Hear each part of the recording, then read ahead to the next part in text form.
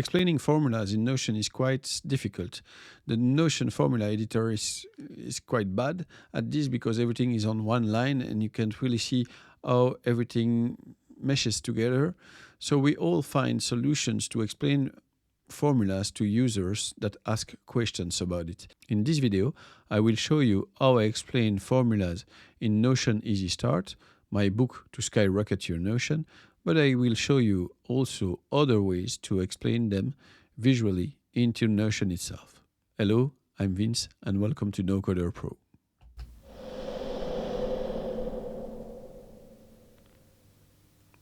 Ben Smith is probably one of the best known person to explain Notion formulas. He has a whole workspace about Notion formulas where he explains extensively how they work. So if you have that kind of formula, it's quite a large formula, he explains it like this in two columns with the formula, the part of the formula on the left and the explanation on the right.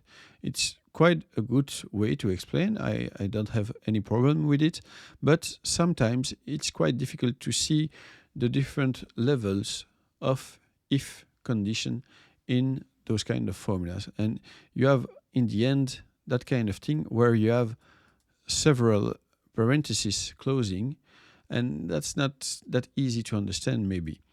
In Notion Easy Start, you can find formulas that are explained like this with different levels, different sizes, different colors.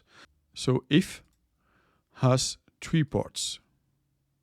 1, 2, 3. There is a condition. If the condition is true, you do that. If the condition is false, you do that. With that kind of formulas in Notion, you can understand anything if everything is on one line.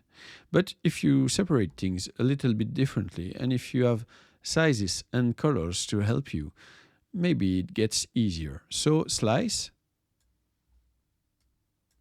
has 3 arguments. How can I see that? Because the commas have colors too.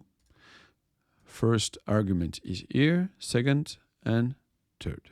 With the different sizes and colors, you can really see that this one, that part, is inside the floor function, and that the floor function is inside the slice function.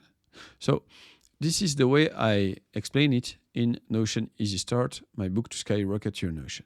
That's how I show it in the book. But there is also another way that you can show that in Notion itself. Let me show you. How to create recurring tasks is one of the most frequently asked questions about Notion tasks and project management I get. I will explain everything in Integromat Notion, my training about Integromat and Notion, but that's not what we do today. What we do today is I want to show you how this formula here for error works. Why do we need that? We need that to ensure that everything here is filled in properly before we send the data to Integromat, so Integromat can create all the tasks. But let's check this formula first. This formula is quite long, but it's not that difficult to understand if you understand the different levels of this formula. How can I show these levels here in the Notion formula editor? It's just not possible. Toggles may help you understand how this formula works. It starts with format, and format transforms everything into a string, so everything that's inside the parentheses is transformed into a string of text. What do we transform into a string of text? Well, the first if here is level 1. Starts here, ends here. What's inside this if? A condition, a true, and a false. The condition, check if do, the date here, is not empty. If the do is not empty, then it's true. The condition is true. If it's empty, then not recurring appears, because you have to have a due date to be the parent, to be the first item of the recurring task. If we have a date, what happens?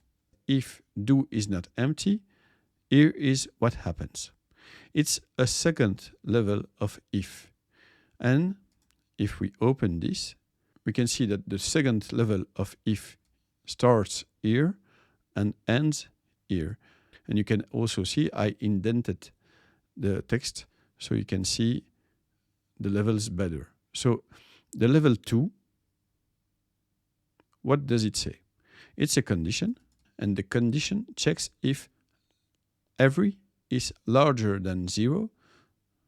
Maybe larger is better than higher. So if every is larger than 0, it means that we have a delay. So if we input here that you want every 1 week, 1 is our every. If every is true, then we can go deeper into level 3. If it's not larger than 0, it's either empty or 0, then you can create recurring tasks because you have no period, you have no delay between the occurrences. So it's missing every. Now that we have every, we can go into level 3, and level 3 is about the period. So we open it. How does it work? Again, level 3 begins here and ends here. What does it do? It checks if period is empty. If period is empty, then it says missing period. It's missing period. But if period is not empty, then we can go into level 4. Level 4 is here, and level 4, how does it work? It's until date not empty. Is it not empty? We go into level 5a. Is it empty? We go to level 5b. Let's fill in until date and choose December 31st. Then we are here. Until date is not empty. We go to level 5a. Until date is not empty. Now we check if times is different from nothing. It's not 0, it's nothing. So prop times, is it different from empty? If it is, then it's an error because you can't have until date and 10 times at the same time. It wouldn't work. Yeah, it's not logical. But if it's not different from empty, it is empty. So until date is sufficient and we can have recurring tasks. That's level 5a. If until date is empty, then we can go to level 5b. And level 5b, what does it say? It says that if times is different from nothing, let's say 5,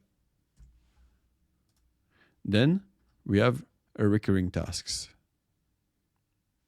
If it is empty, then it is a problem. It is not recurring because we don't have neither until date, neither times that's filled in. If we have times, again, the only thing left to do is click on process it, and we can have a recurring tasks created by Integromat. So with that and the different level explained like that, I think that this formula that was quite difficult to understand like this on one line has become really easier to understand. Hope you liked it and tell me in the comments if you found it useful or not. Last but not least, this is yet another way to show the formula. It's also indented. It's the same colors. It's also with blue and blue, pink and pink, red and red. So you also have the different levels of ifs into this text. It's in one piece. Maybe it's easier for you to understand, I don't know, but it's another way to present the formula.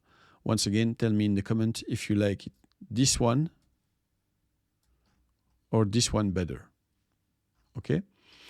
Anyhow, I will always have text to copy and paste, but maybe it's always safer to do what William Nutt proposes into his videos, is to copy the text, then open a new browser tab, paste the formula into the address bar there, and then again copy it and then place it in the formula box with paste. And then it always works, because when you copy paste formulas, it often gives you error with lines and added spaces and so and so. So yeah, this copy and paste into the address bar tip is a very good tip from William Nutt. Thanks again for this. So here it is. I hope you found it interesting. I hope you will tell me in the comment if one was easier to understand than the others. Once again, I am Vince. Thank you for watching this video. Don't forget to like, share, comment, subscribe, and ring the bell. Be kind in your comments, because trolls are only fun if they dance, sing, or hug. Until next time, be brave, be kind, be the best version of yourself. Thank you, and bye-bye.